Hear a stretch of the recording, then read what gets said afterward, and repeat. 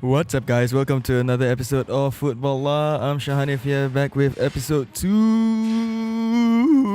And joining me, I have Dil, Zee, and Mikhail. So I'm gonna pass the mic to them because we only have one mic today, and I'm gonna let them say hi.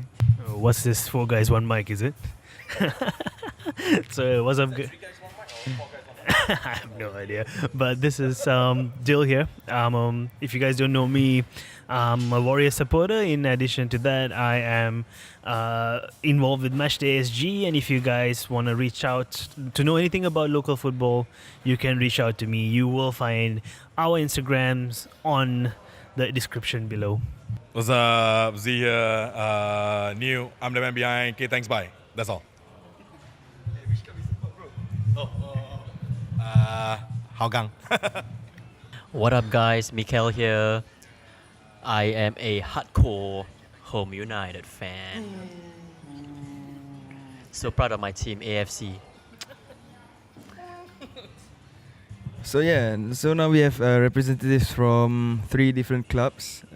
We have myself with Hougang United, Zee as well, Hougang United, Dil with Warriors, and Mikhail with Home United. So right now, Dil wants to say something. Hold on.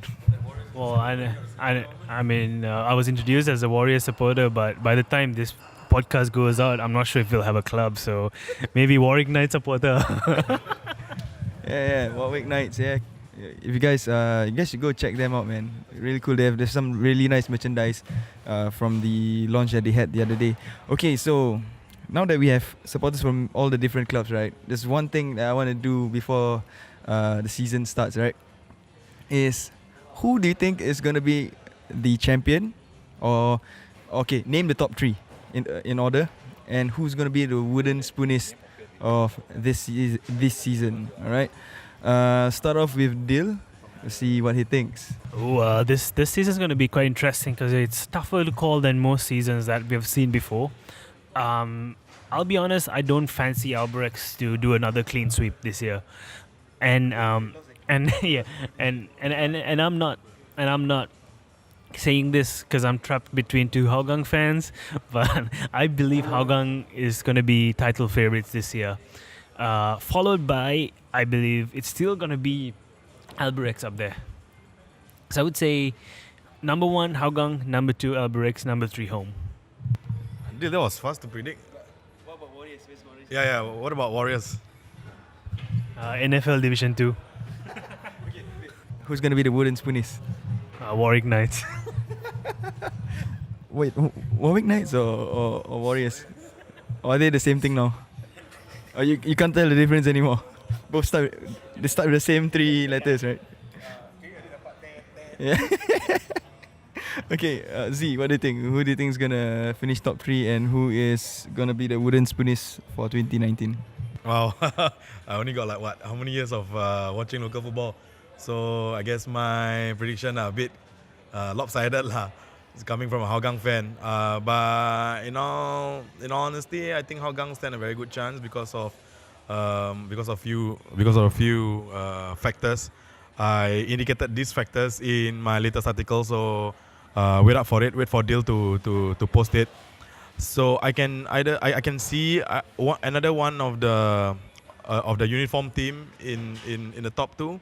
So it could be either be home, but not Warriors. So it could either be home or Hougang first 2, and then third I think it's albirex. It is about time that a local club will win it back from albirex. Interesting. Who's gonna be the last one though? Bottom. I can't forget this question. Forget this answer. Bottom. Looking at it, I think geylang. Sorry, Javier. Poor Javier. Alright, Mikhail, your turn to give the predictions. Top 3, and don't forget the wooden spoonies. Well, every season I'm always wrong with my predictions. So let me try. I mean, as a fan, I will be pretty biased here and say that I would want Home United to get the the league this season. But definitely Hougang is up there. It's a force to reckon with. Look at the squad. Look at how much money they have, or they had. Cheap shot, bro. Cheap shot. Hey, return the 250,000. If not, Hougang will come after you. You know. I mean, I think you can recoup your losses pretty fast, lah. Okay, let me just go straight to the top three. Number 1, Home United. Number 2, Hougang, and 3, albirex Niigata. And the last one, probably Balestier, because they lost the coach, they lost the stadium, and yeah, we have not really heard any good names that's playing for Balestier, but I mean, wish them good luck, really. So yeah, those are my predictions. Let's see at the end of the season, November, if my dreams will come true. We just mentioned about the 250,000 that went missing, right? There's only one easy way to recoup the losses: win the league, right? Maybe that's why Bill Ng is, decides to make an investment and spend so much on all these players, right?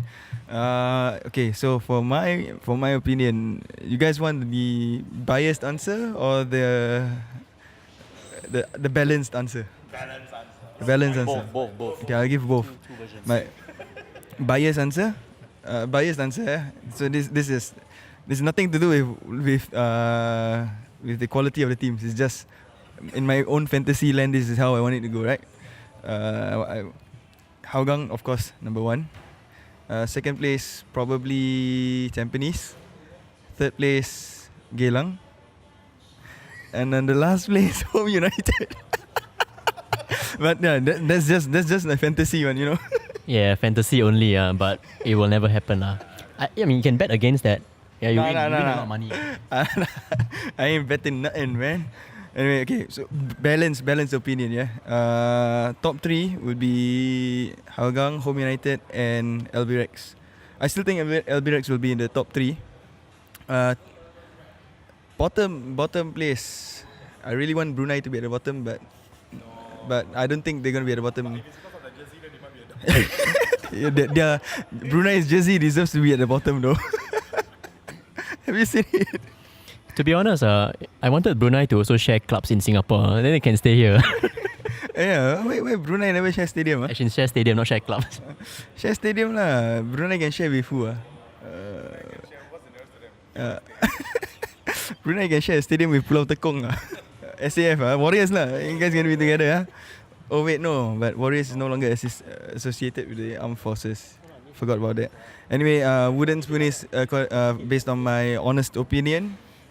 It's gonna be tough to call. Is either how are the Young Lions? I haven't really heard much from them, right? So maybe Young Lions. Nah, I mean after last season, I don't think Fandi will let the quality drop that much. Honestly, last place, I think it would be between Geylang and Warriors, unfortunately, because not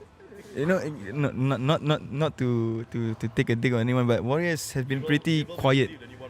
Yeah, they've just been pretty quiet on with their signings and all. The only big name that I've heard come up from there is Gabriel Quack, and that's it. Everyone else is they're decent players, but one that you don't see winning the league. My biggest issue with who we have is that so far as we have known, Warriors always meant it's a big club. And honestly, I'm a fan, but we can't say that these players are big names, right? Except Gabriel, as you say. And you guys don't give Geylang much chances, but I honestly think that they will do well because they were they started the season quite early. They got their signings in very early. They have Amy Reka. They have a few more than decent talents in there. And I think just the amount of preparation they did and the fact that Noor Ali is back is going to help Geylang move out of the bottom, in my opinion. Yeah, I have to second whatever Dil just mentioned about Geylang, but something inside me just tell me that they probably be the one lurking at the bottom of the table. Just gonna mention something about albirex. I don't think I don't think we will see the immediate destruction of albirex niigata this season. I think one season is too early for them just to spoil everything that they have done over the years, even though they change players almost every other year. Am I right? Yes, I'm right. So yes, if they're not in the top 3, then they should be languishing in the middle of the table. But of course, I shouldn't be expecting them to be languishing at the bottom of the table. I'll talk a little bit more about Hougang later after I hear from Mikhail. I don't know. What do you think of albirex this year? I mean, Home United has played a game against albirex, ended up in a draw. You guys beat them on penalties. What do you think, albirex? Are they going to be as destructive as they were for the past 2 years? Or 3 actually, right? For the past 3 years? Or are they going to be...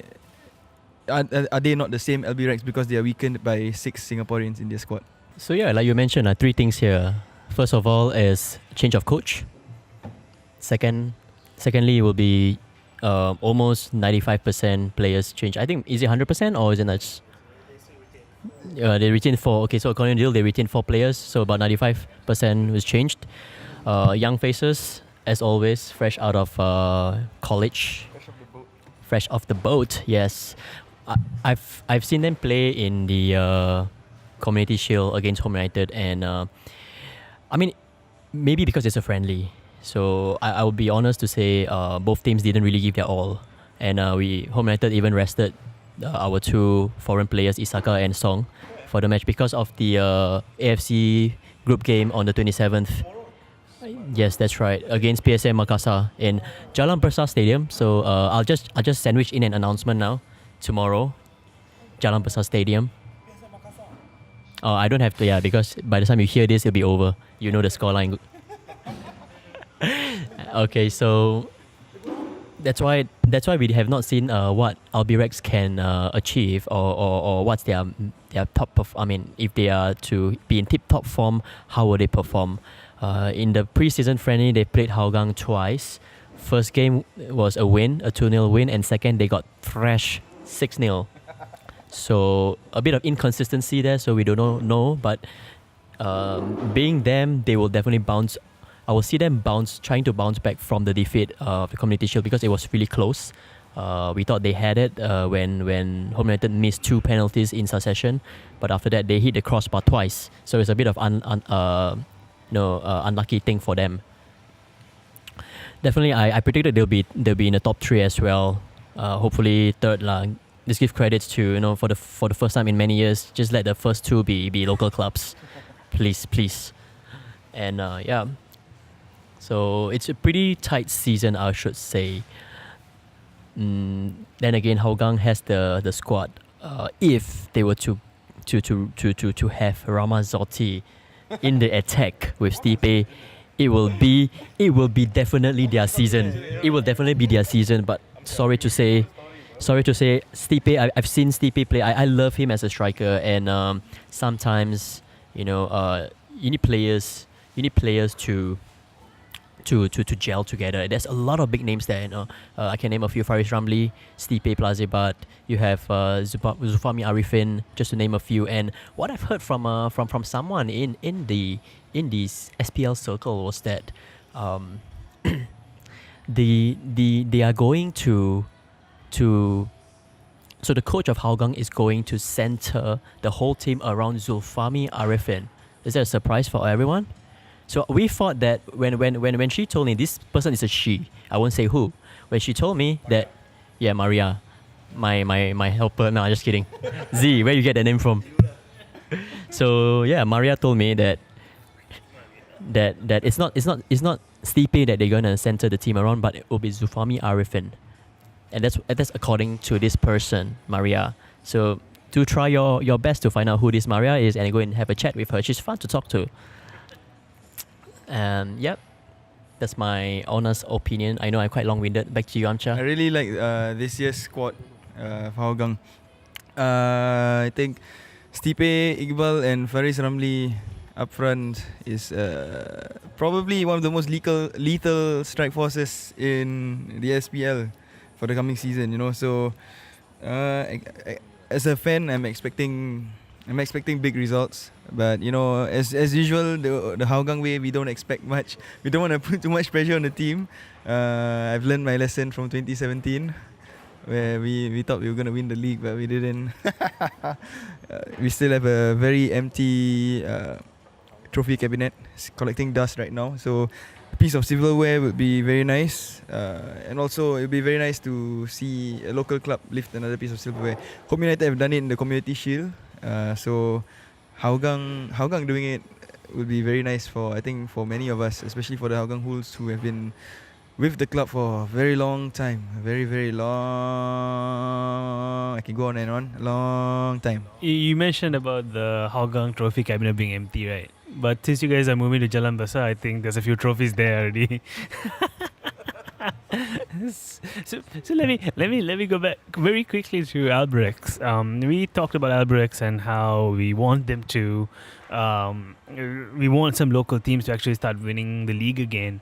That's true. I agree with you guys, but I think more than ever now, I want albirex to have a good season too, because they have shown a true commitment to local football. They have signed very young players, very talented, very young players, with the view of developing them. They have reached out to Yuhua quite a bit and bonded with them a lot, and they're doing a really good job, and they're doing a really good job reaching out to Singaporeans. And I would hope that they don't flunk too bad and that they do fairly well. But again, I'm with you guys that it's about time you see a local team in the league. Now, I know we mentioned quite briefly about the change of coach. I think one thing we forgot to mention is their veteran goalkeeper. Right, Nozawa was amazing between the sticks, and just the fact that he was between the sticks meant that you as a striker, you were scared of having a pop, right? Because Nozawa was going to save it. And going back to Hougang, as we mentioned, that your squad is amazing, but I think one of your weaker points would be the fact that there is no winning experience, right? And this is gonna affect at some point. And let's be honest, we have players, very high-profile Singapore players, but none of these guys have actually been in a situation where they were fighting for very high honors. Right? Faris Ramli is an amazingly talented player, but maybe the height of his achievements were the Malaysian League. Yeah. With the national team, we unfortunately have, given our results for the last few years, none of our local players have done that well. And even Stipe, he had an amazing season with home, but he didn't win anything. And he goes to Bangkok Glass, he doesn't win. So I think this is the time for a lot of these players to show that they are actually winners material, and they have a chance of a lifetime to show people that they really are who we think they can be.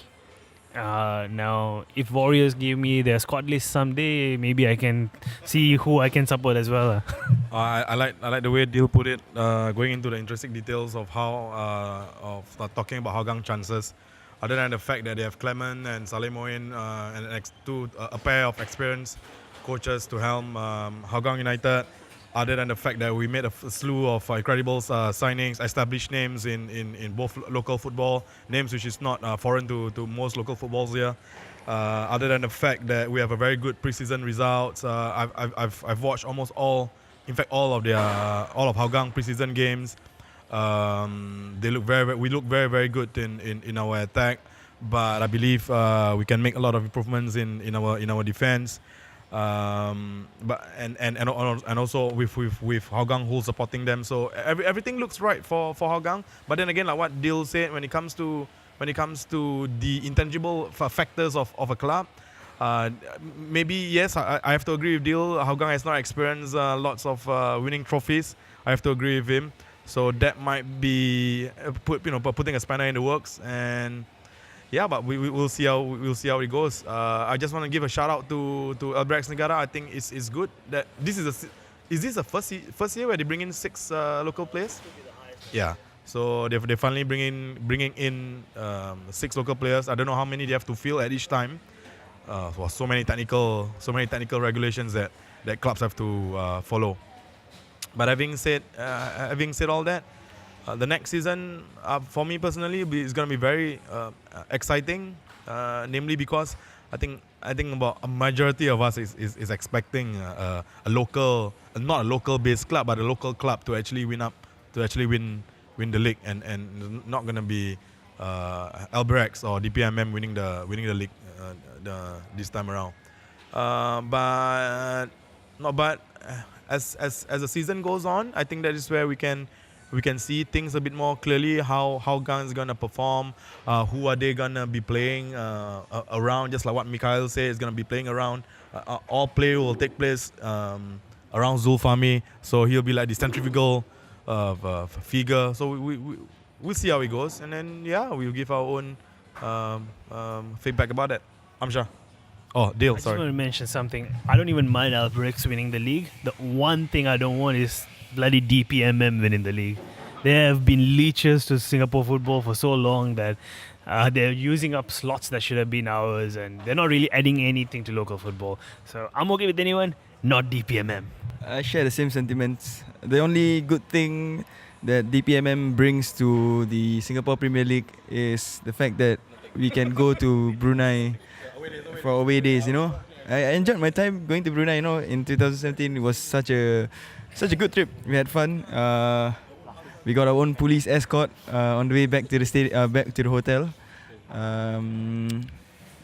It was a very good experience. It was an empty stadium. There wasn't so many people watching, but the Prince of Brunei were there, and we sang dpmm dibunuh saja. It was it was crazy, man. The Prince of Brunei was there. Was watching the game. Yeah. So it was really funny, man. It was a very good experience. People in Brunei are very nice. Food is good as well. We managed to get like free seafood when we were there, you know. Like this restaurant just opened, and we walked past and we took a peep inside, and they're like, come in, we got free seafood lunch for you guys. What? Who gets that? You know, you go to Brunei, get free seafood. Aside from that, you know, we had fun. The swimming pool was a good bonding session for the Hools as well. So I don't know if you know, other clubs have fan bases like this. I've always stressed the importance of having organized fan base in football. If you can do this, you know, you get to experience the Brunei away days, and it's very fun. The hotel and the airport is not that far away, and the stadium is not that far away, so you don't really have to travel much. It's not much travel, you know. It's really close, and I mean, but that's all that's good about DPMM. Aside from that, like what Dil said, leeches to Singapore football. Yeah, definitely. If you actually haven't come down to a local football game before, or even think that Singapore football is dead, yes, okay, it's not perfect. Okay, compared to the other leagues in the world, even in Asia, we're not a perfect league. But we have a fun-loving community here. MatchDay, one of them. We do also have friends who are in the unofficial S.League podcast. And if you've been tuning into the unofficial S.League podcast before, someone very big from there is back in town. Yeah, Daddy Aaron. Daddy Aaron is back in town, and he'll probably come up with more content ideas to keep Singapore football alive. So together we are a bunch of people, not just regular Singaporeans, or even we do have people who was PR, people who's foreigner. We do have a few foreigners who are interested in watching football games with us. Do come and check us out, MatchDay SG. Drop us a DM on Instagram or a private message on Facebook, or even if you know us personally, just WhatsApp us. Feel free, because we will welcome you to the games. If it's your first time, we'll just pay for your ticket, your first game ticket. Yeah, it's not expensive, you know. It's just $6. I'm not sure if they're gonna raise the price, but you know, it's still gonna be less than $10. So do come down. It's gonna be fun. We get to swear and curse at referees, which you don't get the chance if you go overseas, or if you're watching live on any of the online channels. Do comment down as well. I know. I mean, it's a fun way to get us going, and eventually, as we get more people in, we get more of this content up and running. Singapore football will probably be going back to its days of '94. You know, I know a lot of people miss those days, right?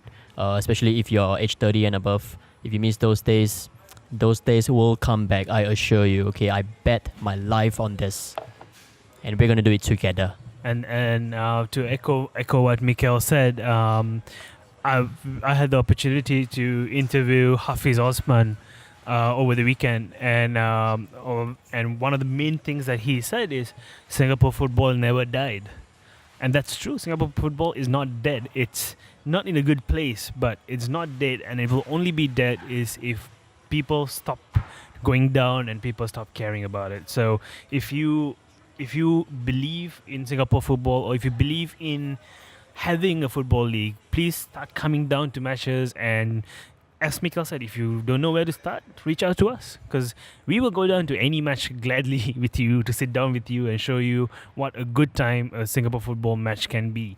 And I'm not kidding, because when we started this journey in 2017, our main aim was to start getting fans to come down.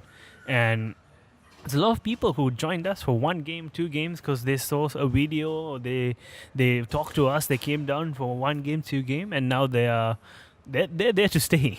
and someone in this podcast right now is someone who just joined us one day out of the blue, and now he's been with us. He's been going to matches very regularly for almost a year or 2, right? Yes, I would just want to emphasize whatever Mick and Dil just said. For those of you who wants to know about local football a little bit more, whether be your agenda is to hate local football, whether be your agenda is to like local football, you got to watch it and know what local football is about before you even hate or love local football. That's right. That's what I did. My wife and me came down to actually watch Hougang play, and we actually fall in love with the way Hougang will support their team. And I thought that, wow, this is actually happening in Singapore. So from there I know, and I begin to support Hougang United. For those uninitiated local football fan, just come down and check it out lah one day. Just see for yourself. No need to paise, can approach anybody. Dil is very recognizable with his beard. And then just approach anybody lah. Just support your local club lah. How shall I sign off? Oh yeah, see you at the terraces. I'm Zee, I'm the man behind. Okay, thanks, bye. Yeah, before we end it off, just got one thing to say, man. If you guys are coming down to Jalan Besar Stadium to catch a Hougang match, you do hit me up. I'll give you a unofficial, albeit illegal tour of Jalan Besar Stadium. Nah, I'm just kidding. I have no access to anywhere in Jalan Besar Stadium, but it's we didn't really talk about stadium sharing, but I think that's a totally different thing that we'll do in our future segments, where we intend to have podcasts specifically for different clubs. So we have a club member from each, a fan from each club, and we're going to talk to them and hear their thoughts on what they think of the stadium sharing initiative, how their team is doing, the quality of the team, and etc. etc. And I think that's all the time we have for this episode. We're gonna try and keep this to the half an hour mark, if it's possible. We try not to stretch it out, because who wants to listen to a bunch of guys blabbering on social media, right? And that's all. Don't forget to like our Facebook page. Don't forget, if you're listening, if you're watching/listening to this on Facebook. If you're watching/listening to this on YouTube, subscribe to our channel. Rest assured, we'll be producing more content up there. And we also have an Instagram. Do follow us on Instagram. It's at MatchDaySG. Yeah, check it out. And see y'all guys. Peace.